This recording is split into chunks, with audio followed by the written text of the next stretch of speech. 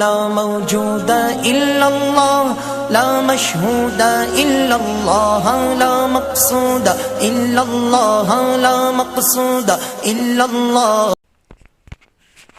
بسم الله الرحمن الرحيم.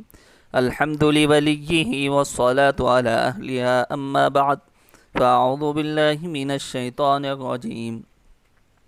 إن الله يأمر بالعدل والإحسان وإيتاء ذي القربى وينهى عن الفحشاء والمنكر والبغي يعظكم لعلكم تذكرون.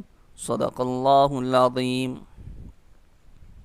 معزز سامعین، جناب محمد رسول اللہ صلی اللہ علیہ وسلم کی ذات بابرکت، رحم و کرم، ایثار و وفا، عفو و درگزر، ہمدردی اور خدمت خلق جیسے اخلاق عالیہ کی پیکر ہے. اللہ تعالیٰ نے آپ کو رحمت کا مجسم بنا کر مبعوث فرمایا. چنانچہ جناب محمد رسول اللہ صلی اللہ علیہ وسلم کے زندگی کے گوشوں کے مطالعہ کرنے والے کو بخوبی اس بات کا اندازہ ہو جاتا ہے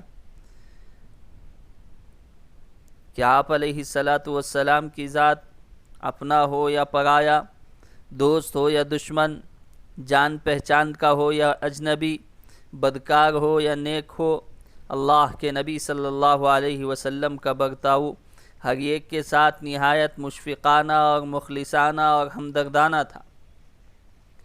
گھر والے ہو یا صحابہ اکرام، شہر والے ہو یا اجڑ قسم کے دیہاتی، خدام ہو یا دوست ہو، ان سب کی زبانیں آپ کے جذبہ ایثار و قربانی کی تعریف میں ہمیشہ تر رہتی تھی.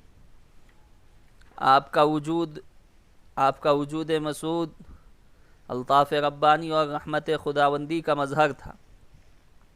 حیات طیبہ کا ہر گوشہ ان اعمال و عبادات سے لبریز نظر آتا ہے جو انسان کو اللہ کی رحمتوں کا مستحق بنا دیتی ہے. آپ پیغمبرانہ شان کے ساتھ مختلف اسلوب و پیرائے میں برابر امت کو اعمال رحمت کی طرف دعوت دیتے رہے. اب ایک حدیث میں آپ کے سامنے پیش کرنے جا رہا ہوں. جناب محمد رسول اللہ صلی اللہ علیہ وسلم نے ارشاد فرمایا، حضرت ابو سعید خدری رضی اللہ تعالی عنہ راوی حدیث ہیں، فرماتے ہیں، من رأى منکم منکرا فلیغیرہ بیدہ فإن لم یستطع فبلسانہ فإن لم یستطع فبقلبہ وذلک اضعف الایمان. آپ علیہ السلام نے فرمایا کہ تم میں سے جو بھی کسی غلط بات کو دیکھے تو اس کو اپنے ہاتھوں سے روک دے، اور اگر اتنی طاقت نہ ہو تو زبان سے روکے، اور اگر اتنی بھی طاقت نہ ہو تو دل ہی سے اس برے گناہ کو گناہ سمجھے، اور یہ ایمان کا کمزور ترین درجہ ہے. جب زمین پر بسنے والا انسان اپنے مالک حقیقی کی نافرمانی کرنے لگتا ہے اور پوری طرح سے گناہوں کے دلدل میں دھس جاتا ہے تو اللہ رب العزت کا غضب بھڑک اٹھتا ہے. پوری انسانیت ابتلا و آزمائش میں مبتلا ہو جاتی ہے. نتیجہ کیا ہوتا ہے معزز سامعین؟ ہم دوسری وجوہات بیان کرتے ہیں. جب انسان گناہوں میں ابتلا و آزمائش میں مبتلا ہوتا ہے، اللہ جب غصے میں آتے ہیں تو کیا ہوتا ہے؟ زلزلے آتے ہیں، آبادیاں آن کی آن میں زندہ دفن ہو جاتی ہیں، طوفان آتے ہیں، لاکھوں انسان منٹوں میں لقمہ اجل بن جاتے ہیں، بارشیں بند ہو جاتی ہیں، زمین کی پیداوار میں زبردست کمی واقع ہو جاتی ہے. انسان تو انسان، جانور بھی ایک ایک بوند کے لیے ترستے نظر آتے ہیں. اللہ اکبر. حوادثات میں کئی گنا اضافہ ہو جاتا ہے. آپ دیکھتے ہیں سڑک حادثات پہلے سے زیادہ ہو رہے ہیں، اور اسی طرح جتنی احتیاطی تدابیر اختیار کی جا رہی ہیں اس سے زیادہ حوادث ہو رہے ہیں. لوٹ کھسوٹ اور ظلم و زیادتی اپنے عروج پر پہنچ جاتی ہے، اور انسانی زندگی کو چین و سکون، امن و عافیت سے محروم کر دیا جاتا ہے. چنانچہ وہ کھاتا تو ہے لیکن سیرابی نہیں ہوتی، پیٹ نہیں بھرتا ہے. پیٹ بھرتا بھی ہے تو بیماریوں کا گڑھ بن جاتا ہے. کماتا تو ہے لیکن برکت نہیں ہوتی. لیٹتا ہے لیکن نیند نہیں آتی. اسباب عیش تو ہوتے ہیں لیکن اطمینان قلبی نہیں ہوتا.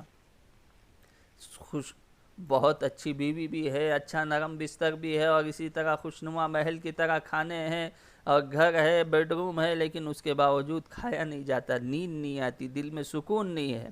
محبت کی جگہ خود غرضی لے لیتی ہے، بد اعتمادی کی فضا عام ہو جاتی ہے، باپ کو اولاد پر اعتماد نہیں ہوتا اور اولاد کو باپ پر اعتماد نہیں ہوتا، بھائی آپس میں دست و گریبان نظر آتے ہیں، ایک دوسرے کا کالر پکڑتے ہیں، معمولی بات پر لڑائی جھگڑے پر آمدہ ہو جاتے ہیں، آخر انجام کورٹ کچہری تک پہنچ جاتے ہیں۔ اللہ ہم تمام کی حفاظت فرمائے۔ گھروں، خاندانوں اور پڑوسیوں میں نفرت و عداوت، بغض و عناد کے بدبودار جراثیم وافر مقدار میں پیدا ہو جاتے ہیں۔ انسانی معاشرے کی بربادی کی وجہ اللہ کا غصہ ہے، جس کا اصلی سبب خود انسان کا اپنا کردار ہوتا ہے، جیسے کہ اللہ رب ذوالجلال نے ارشاد فرمایا ظہر الفساد فی البر والبحر بما کسبت ایدی الناس، خشکی میں ہو، زمین پر ہو، تری میں ہو یا بر میں ہو، فتنہ و فساد اور خرابیاں انسان کے کرتوتوں کا نتیجہ ہے۔ اللہ رب العزت اپنے بندوں پر نہایت مہربان اور بہت زیادہ رحم کرنے والا ہے۔ معزز سامعین، آپ کو اندازہ ہوگا اللہ کی رحمت کا، شفقت کا آپ کیا سوچ سکتے ہیں؟ ہم تمام کی سوچوں سے بالا تر اللہ کی رحم و کرم ہے، اللہ کی مہربانیاں ہیں، لیکن اس کے نزدیک دنیا ایک بے حیثیت جگہ ہے، جس سے بے رغبتی اور کنارہ کشی اختیار کرنے والوں کو آخرت کی لازوال نعمتیں عطا کی جائیں گی، اس کے برعکس دنیا کی چمک دمک سے دل لگانے والوں کو آخرت کے سخت ترین عذاب کا سامنا کرنا پڑتا ہے۔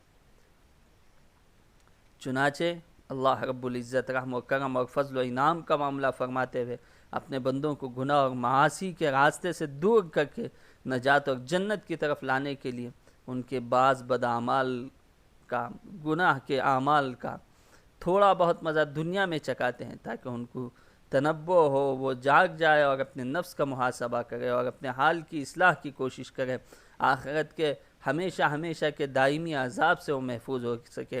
اللہ تعالیٰ سے دعا ہے کہ اللہ تبارک و تعالیٰ کسی قسم کی آزمائش اور ابتلا سے ہماری ساری امت کی حفاظت فرمائے اور ہم تمام کو ہر قسم کے شرور و فتن سے محفوظ فرمائے۔ آمین۔ وآخر دعوانا ان الحمد للہ رب